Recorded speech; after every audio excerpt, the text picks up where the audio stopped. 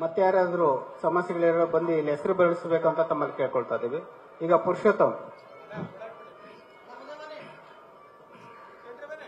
ಸನ್ಮಾನ್ಯ ಉಪಮುಖ್ಯಮಂತ್ರಿ ಸಾಹೇಬ್ರೆ, ನಮ್ಮ ಕಾಂಗ್ರೆಸ್ ಸರ್ಕಾರಕ್ಕೆ ನಮ್ಮ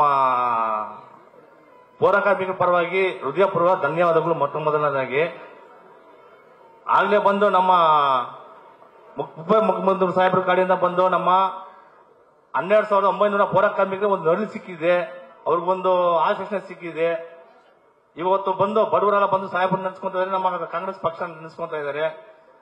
ಅದೇ ನಿಟ್ಟಿನಲ್ಲಿ ಕಾಂಗ್ರೆಸ್ ಅದೆಲ್ಲ ಬೇಡ, ಬರೀ ಇದನ್ ಪ್ರಾಬ್ಲಮ್ ಹೇಳು ಸಾಹೇಬ್ರೆ.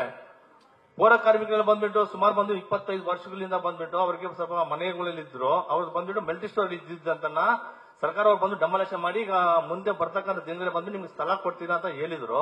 ಅದು 2000 SP ಯಲ್ಲಿ ಹೊಡೆದಾದ್ರು, ಡೆಮಾಲೇಷನ್ ಮಾಡಿ ಅವನ್ನ ಖಾಲಿ ಮಾಡಿಸಿದ್ರು. ಇದುವರೆಗೂ ತನಕ 25 ವರ್ಷಗಳು ಕಳ್ಕೊಂಡು ಬಂದಿದ್ದಾರೆ ಸಾಹೇಬ್ರೆ. ಇದುವರೆಗೂ ಅವ್ರು ಕೂಡ ಒಂದು ನಿವಾಸನೆ ಇಲ್ಲ, ಮನೆಯ ಸಮಯ ಅನೇಕ ರೀತಿಯಲ್ಲಿ ಬಂದು ನಾವು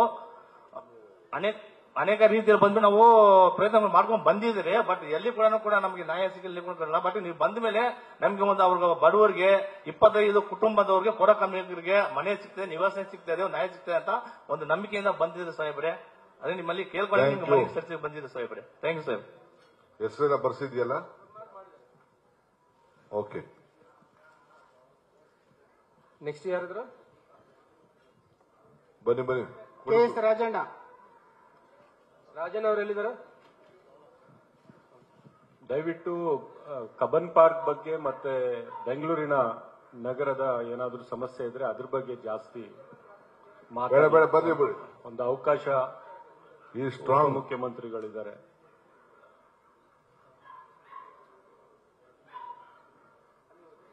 ಕೊಡೋರು ಮೈ ಕೊಡು.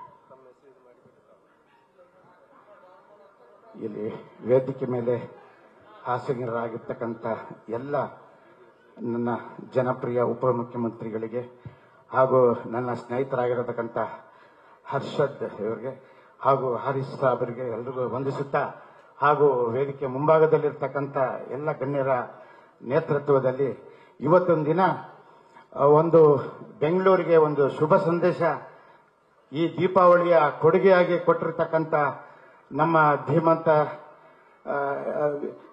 ಉಪಮುಖ್ಯಮಂತ್ರಿಗಳಿಗೆ ಮೊದಲನೇದಾಗಿ ಧನ್ಯವಾದಗಳನ್ನ ಹೇಳ್ತೀನಿ. ಏನಕ್ಕೆ ಅಂತ ಹೇಳಿದ್ರೆ, ಗ್ರೇಟರ್ ಬೆಂಗಳೂರು ಮಾಡಿದಂತ ಏಕೈಕ ವ್ಯಕ್ತಿ DK ಸಾಹೇಬ್ರವರು.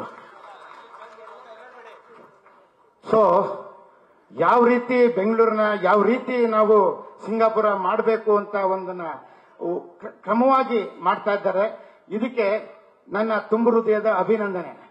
ನಾನು ಡಾಕ್ಟರ್ KS ರಾಜಣ್ಣ ಅಂತ ಹೇಳಿ, ಮಾಜಿ ರಾಜ್ಯ ಆಯುಕ್ತರು, ಅಂಗವಿಕಲ ವ್ಯಕ್ತಿಗಳ ಅಧಿನಿಯಮ. ಈಗ ನಮ್ಮ ಸರ್ಕಾರದ ಆಶೀರ್ವಾದದಿಂದ ನನಗೆ ಭಾರತ ಸರ್ಕಾರ ಪದ್ಮಶ್ರೀಯನ್ನು ಕೊಟ್ಟು ಗೌರವಿಸಿರ್ತಕ್ಕಂಥ ಎಲ್ಲ ತುಣುಕುಗಳನ್ನು ತಾವೆಲ್ಲರೂ ನೋಡಿರಬಹುದು. ಸೊ ನಾನು ಈಗ ಈ ಸಮಯದಲ್ಲಿ ಬಂದಿರತಕ್ಕಂಥದ್ದು ನನ್ನ ಡಾಕ್ಟರ್ ರಾಜ್ಕುಮಾರ್ ಅವರ ಕೊನೆಯ ಪುತ್ರ ಪುನೀತ್ ರಾಜ್ಕುಮಾರ್ ಅವರ ವಿಷಯದ ಬಗ್ಗೆ ಮಾತಾಡಿ, ಆ ಒಂದು ಹೆಸರನ್ನ ನಮ್ಮ ಇಲ್ಲಿ ಸರ್ವಜ್ಞ ಪುಲಕೇಶಿ ನಗರದಲ್ಲಿರ್ತಕ್ಕಂಥ ಪಾಟ್ರಿ ಟೌನ್ ಅಲ್ಲಿ ಮೆಟ್ರೋದಲ್ಲಿ ಇವರ ಹೆಸರನ್ನ ನಾಮಕರಣ ಮಾಡಿದ್ರೆ ಒಂದು ಗ್ರೇಟರ್ ಬೆಂಗಳೂರಿಗೆ ಒಂದು ಹೊಸ ಇತಿಹಾಸ ಬರುವಂತ ಒಂದು ಶಕ್ತಿ ಆಗುತ್ತೆ. ಯಾಕೆಂದ್ರೆ ಪುನೀತ್ ರಾಜ್ಕುಮಾರ್ ಅವರ ಎಲ್ಲ ಅಭಿಮಾನಿ ದೇವರುಗಳು ಇಡೀ ರಾಜ್ಯದಲ್ಲೇ ಅಲ್ಲ, ಇಡೀ ದೇಶದಲ್ಲೇ ಅಲ್ಲ, ಇಡೀ ವಿಶ್ವದಲ್ಲೇ ಇರತಕ್ಕಂತ ವ್ಯಕ್ತಿಗಳು.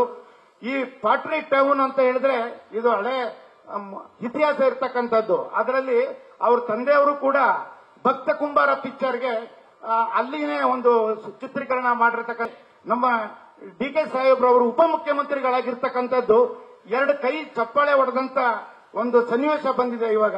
ಇದನ್ನ ನಾನು ಮುಖ್ಯಮಂತ್ರಿಗಳಿಗೆ, ನಮ್ಮ ಉಪಮುಖ್ಯಮಂತ್ರಿಗಳಿಗೆ ಈ ಮನವಿನ ಕೊಡ್ತಾ, ಫಸ್ಟ್ ಅವರಿಗೆ ಭಗವಂತ ಅವ್ರು ಏನು ಆಸೆ ಇಟ್ಕೊಂಡಿದ್ದಾರೆ, ಕರ್ನಾಟಕದಲ್ಲಿ ಏನು ಆಗ್ಬೇಕು ಅಂತ ಮಾಡಿದರೆ ಆ ಆಸೆ ಈಡೇರಲಿ ಅಂತ ಹೇಳಿ ಫಸ್ಟ್ ಭಗವದ್ಗೀತೆಯನ್ನ ಕೊಡ್ತಾ ಇದ್ದೀನಿ.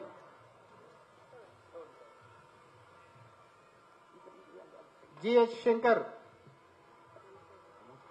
ಥ್ಯಾಂಕ್ ಯು ಭಗವಂತ, ಒಳ್ಳೆ ಆಯುಷ್ಯ ಆರೋಗ್ಯ ಕೊಡ್ಲಿ ಸರ್. ಆಮೇಲೆ ಇದು ಸರ್ ಇದು ತಮ್ಮ ಒಂದು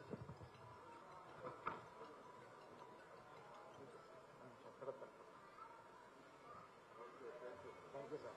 ಇದು ನಮ್ಮ ಮನವಿ ಸರ್. ಇದನ್ನ ಖಂಡಿತವಾಗ್ಲೂ ತಮ್ಮ ಒಂದು ನಿರೀಕ್ಷೆ ಅಪೇಕ್ಷೆ ಈ ನಮ್ಮ ಕಸ್ತೂರಿ ಮಂಜು ಒಂದು ನಿರ್ಧಾರ ಇದೆ sir. Thank you sir. Photo sir.